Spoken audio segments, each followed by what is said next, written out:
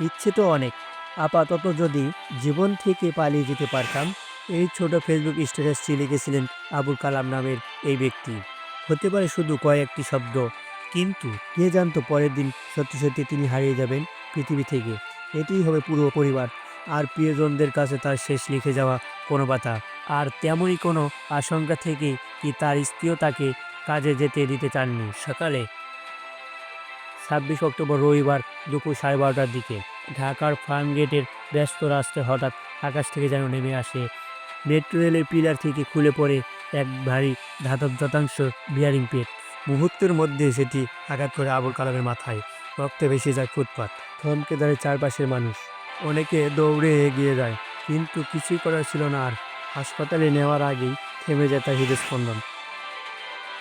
৩৫ বছর বয়সী এই মানুষটি ছিলেন শরীয়তপুরের ছেলে। জগন্নাথ বিশ্ববিদ্যালয় থেকে পড়াশোনা শেষ করে ঢাকায় গড়ে তুলেছিলেন নিজের ট্রাভেল এজেন্সি। ২ সন্তানের বাবা, পরিশ্রমী হাসিখুশি মানুষ। আজ সেই মানুষটি কেবল এক করুণ স্মৃতি। হাসপাতালের মর্গের সামনে বারবার মুর্জা চাচ্ছিলেন তার স্ত্রী আইরিন আক্তার পিয়া।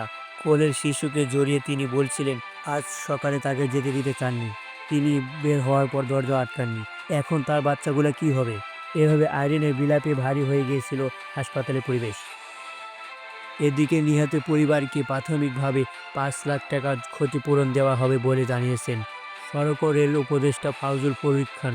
এমনকি নিহতের পরিবারে যদি কর্মক্ষম সদস্য থাকেন, তাহলে তাকে পরে চাকুরির সুযোগ দেওয়ার কথাও বিবেচনা করা হবে বলে তিনি জানান।